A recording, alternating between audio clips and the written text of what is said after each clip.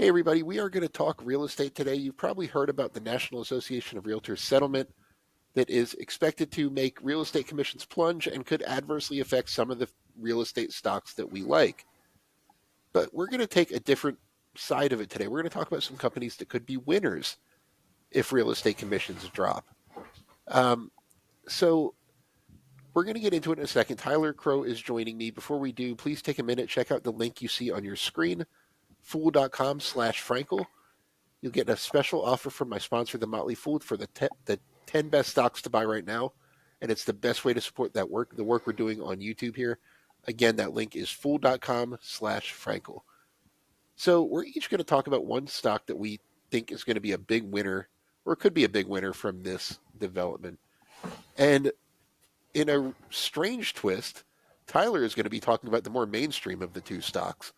And it's a real estate stock that a lot of people are surprised to find out that I don't own and never have owned. So, Tyler, what stock do you think could be an interesting one to watch here?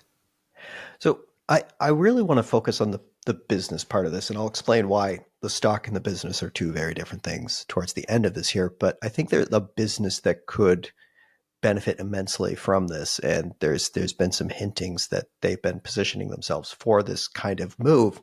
Is CoStar Group. For those of you who aren't as familiar with CoStar Group, they are kind of the we'll call them like the database of everything commercial real estate.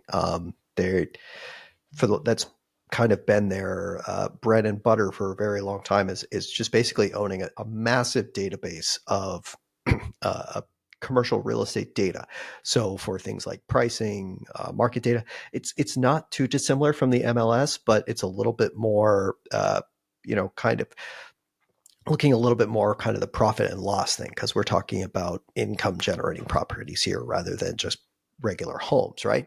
It's been a cash cow business for them for a very long time, and they've actually been using that to branch out into residential real estate and kind of building their own products or making smaller transactions. I think there's been talk of CoStar Group, when Redfin and Zillow were really, really suffering. There was a time I think CoStar could like buy both of them with cash on hand and still have money left over because it's that much bigger, that much more profitable. But they've been kind of building their own in-house offerings and are in this starting this year, they're making a much larger push with them. They have homes.com, and it's kind of their big Redfin and Zillow competitor.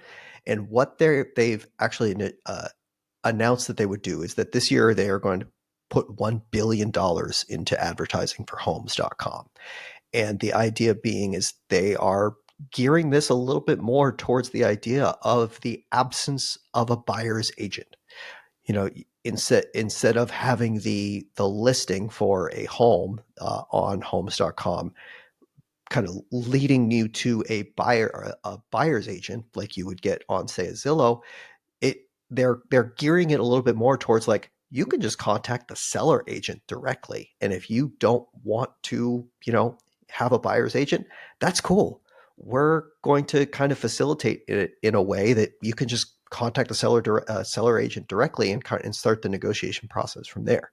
So it's an interesting way to kind of re-establish the buyer agent seller agent relationship, where you could bring in your own buyer agent separately to handle the legal paperwork and some of the other aspects of the sale, and be a little bit more of an advocate for you. Because if you, the buyer, are paying out of pocket for a buyer's agent, they're going to advocate for you, the buyer, a lot more than if their payment is coming from the seller's agent, who's incented to get the biggest payout possible for the seller.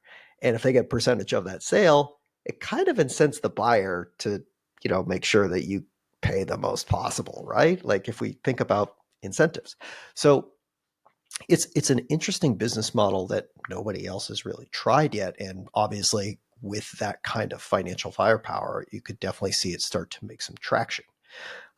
It's a business that it's a $40 billion business compared to like 11 billion for Zillow. And I think Redfin is still less than $1 billion today. And even at 40 billion, they have $5.2 billion of cash just sitting on the books. They can do a lot of things with that, and I think they could really attack this market really, really hard, especially after this judgment, because it really opens up the door for some new business models. Now, this is, like I said, this is the business side. And there's the stock side of this thing. CoStar Group is currently trading at 106 times earnings. So, as great of this business and strategic side of things sounds, I don't know if I want to be buying any business at 100 times earnings, because, even with their current growth rates of like 11, 12%, that is absurdly, almost comically expensive.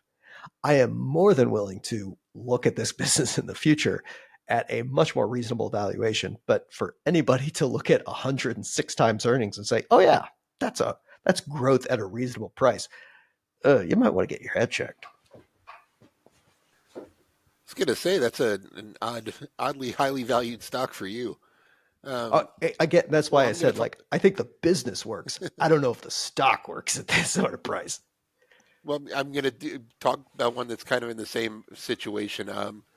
So when the settlement came into effect, it got a company called Matterport back on my radar. It's a stock that I followed quite a bit. It was one of the SPAC boom companies that, let's be honest, a lot of companies that went public by SPAC shouldn't have gone public. They were way too early stage, and Matterport was one of them. It's a business that we don't know if it can work on a large scale and make money yet. So Matterport, they're a spatial data company. If you've ever taken one of those virtual home tours on Redfin or through Airbnb of a vacation home, there's a good chance that Matterport's technology was behind it, especially if it was really good, because they are the best at what they do. Few people deny that. Um, but I've said before that a great product doesn't always make a great business. And that's kind of my big question with Matterport. So I mentioned that they're a spatial data company. They do 3D mapping technology of indoor spaces. And that technology has really kind of revolutionized how we do virtual home tours. Redfin is a customer there. Century 21 uses them. Remax uses them. Keller Williams uses them. They are the best in the business at doing 3D home tours.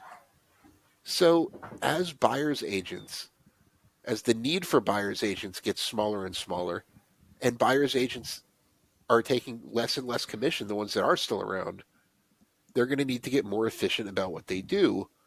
And that's going to create the need for more virtual tools where people can, view homes from a distance, where agents can, take their customers on 10 different home tours in a single afternoon and just kind of make the business more efficient, which could be a positive catalyst for Matterport.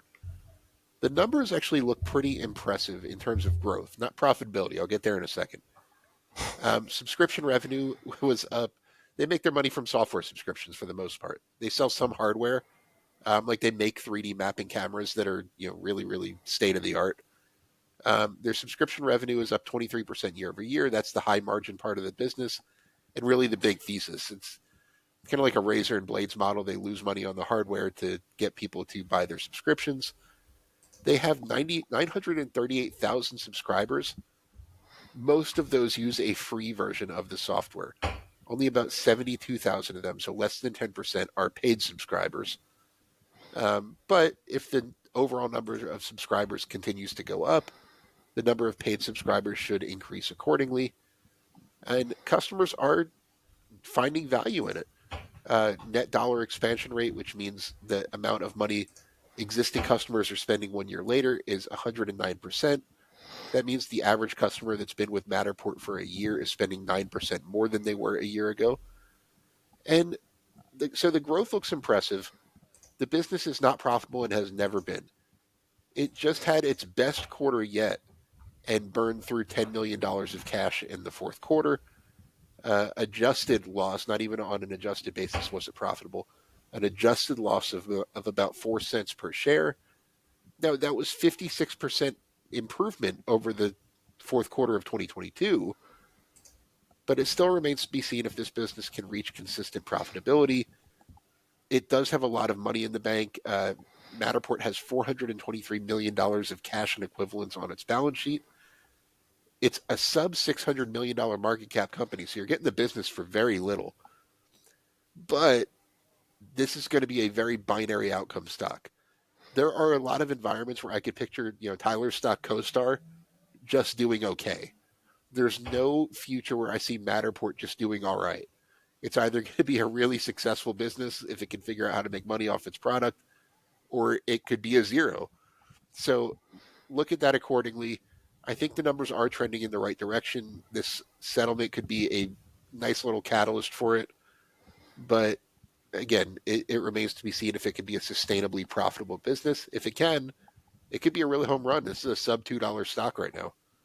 Once again, thank you so much for joining me. Be sure to click subscribe if you don't subscribe to my channel already. And as always, this video is sponsored by the Motley Fool. Be sure to visit www.fool.com/Frankel to receive the top 10 best stocks to buy now.